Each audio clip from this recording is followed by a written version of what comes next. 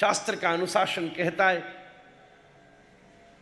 Ammonia वस्तु भगवान को भोग लगाओ और उनका प्रसाद पाओ।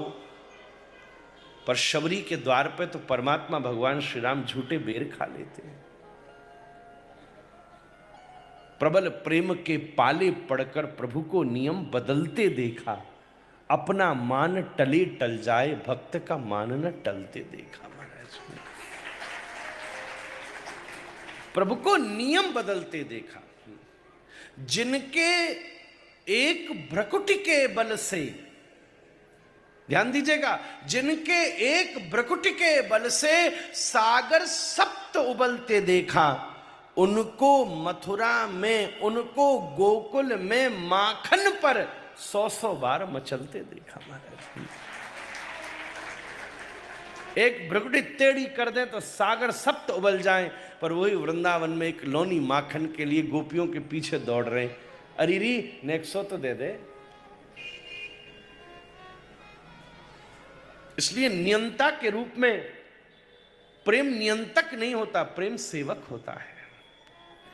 आपके हृदय में प्रेम की जागृति होगी तो तुरंत सेवा प्रवाह में आ जाएगी। महाराज स्वाभाविक हो जाएगी। आपको पता है परमात्मा हमसे प्रेम करता है, इसलिए तो इतनी सेवा करता है। ये सेवा ही है जो सूर्य फ्री में मिल रहा है।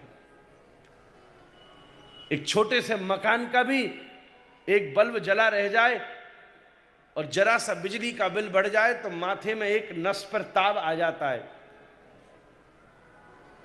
कृपा मानिएगा कि अभी तक सूर्य ने अपना बिल नहीं भेजा है। महाराज पूरा ब्रह्मांड नीलाम हो जाएगा।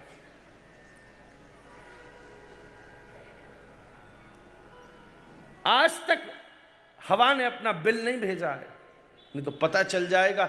4 वर्ष पहले जब महामारी फैली थी उस समय पता चलता था कि एक एक श्वास का कितना बिल होता है।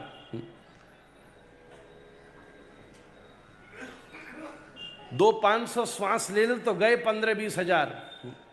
एक सिलेंडर खत्म, फिर दूसरा लगाओ।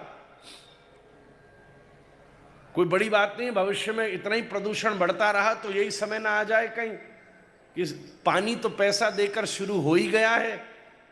कहाँ भगवान ने फ्री में नदियां बहाई थी, और पर्यावरण की व्यवस्था को अगर व्यवस्थित नहीं किया गया तो कहीं वो दिन ना आ जाए जब श्वास भी पैसा देकर देनी लगे। तब प्राणायाम का महत्व बहुत अच्छा लगेगा। बोले लंबी लंबी श्वास लो यार, खर्चा कम हो। 1-2 श्वास छोड़ भी दो, 100 रुपए बच गए आज के। कोई बड़ी बात नहीं है। मैं तो कितनी कथाओं में ये बात कहता रहता हूं, मरने के बाद ये शरीर जितनी लकड़ी खाएगा, कम से कम जिंदा हमें उतने पेड़ तो पैदा कर ही देने चाहिए। प्रत्येक व्यक्ति का ये पर्यावरण के प्रति दायित्व है। महाराज पर्यावरण बचेगा तभी मानव बचेगा, नहीं तो पर्यावरण तो विभिन्न रूपों में सदा बचा ही रहेगा। महाराज ध्यान दीजिएगा। परोपकाराय सताम विभूतये, ये परमात्मा का प्रेम ही है जो कई बार अनेक अनेक हमारे पापों को भी वो कृपा करके समाप्त कर देते हैं। ये उनका अनुग्रह ही है।